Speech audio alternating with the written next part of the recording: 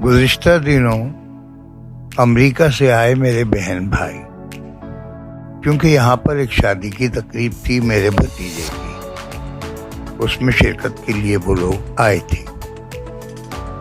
तो फिर वहीं पे एक प्रोग्राम बना के क्यों ना हम लोग पिकनिक पे चले। बरसों हो गए हॉक्स पे गए हुए। तो फिर हमारे भतीजे साहब ने, जिनकी शादी में आए थे, एक हट बुक कराया।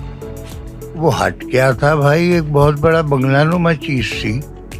ये लंबा चौड़ा लाउंज, ये बहुत ही बड़ा, कई bedroom air condition, lounge air condition, और जनाब उसका ऐसा उस किनारे पे बना हुआ था कि मैं हैरान था उसको देख देख कर कि समंदर बिल्कुल हमारे पैरों में आके लग रहा है, ऐसा लगता था। वो साउंड मतलब बहुत खूबसूरत आवाज उसकी समंदर की, ये सब हम देख रहे थे और सब महसूस हो रहे थे। अच्छा, अब मैं चलता हूँ जनाब जरा आगे। यहाँ पर मैंने देखा कि जो मौसम था बहुत अच्छा था, गर्मी भी नहीं थी। मैं बाहर आ गया, चश्मा मैंने एहतियातन लगा लिया था और बाहर आके मैंने देखा जनाब कि समंदर है, ठाटे मारता हुआ समंदर, लहरें ऐसी ऊंची ऊंची के बयान से बाहर। बस जनाब फिर क्या था, सब एंजॉय कर रहे थे।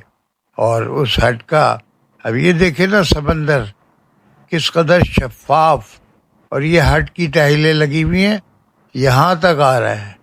यानी हम नीचे उतर के जाएं अगर तो डायरेक्ट पानी में ही मतलब उतरेंगे और पानी ही तक पहुँचेंगे। और जो नौजवान थे वो हमारे भतीजे वगैरह वो सब उतरे, मेरा बेटा भी उतरा पानी में, और वो लोग नहाए थोड़ी देर के लिए, चंद घंटों के लिए ही गए थे हम। और ये जगह थी टर्टल बीच। यानी यहाँ पर रात को एक दफ़ा मैंने भी मुशाहिदा किया था। हम दोस्त रात को आए तो यहाँ पर हमने देखा अंडे ही अंडे पड़े हैं एक गड्ढे में। एक कछुए के ऊपर तो मैं खड़ा भी हो गया और मेरे दोस्त भी साथ थे, लेकिन वो चलता रहा। फिर मेरे दोस्तों ने कोशिश की कि उसको रोक के उसकी दोनों पैर पकड़ लिए, मगर ऐसा हुआ ही नहीं कि वो रुका। वो तो चल रहा है।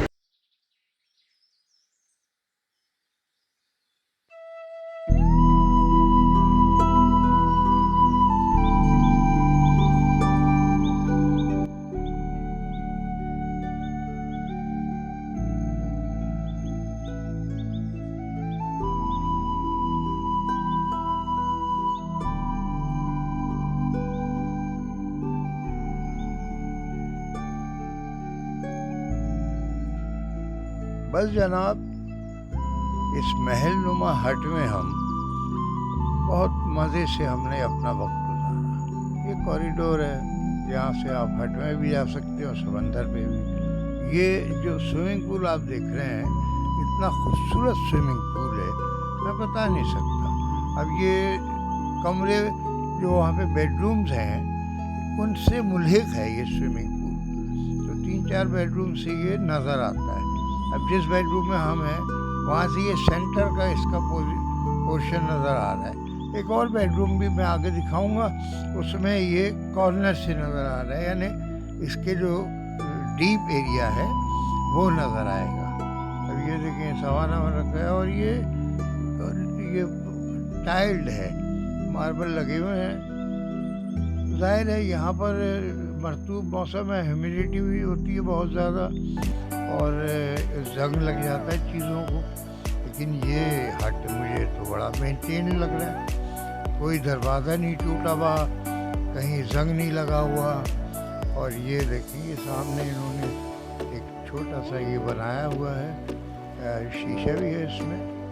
और यहाँ से अब राइट मुड़े तो ये ग्रिल आ गई है।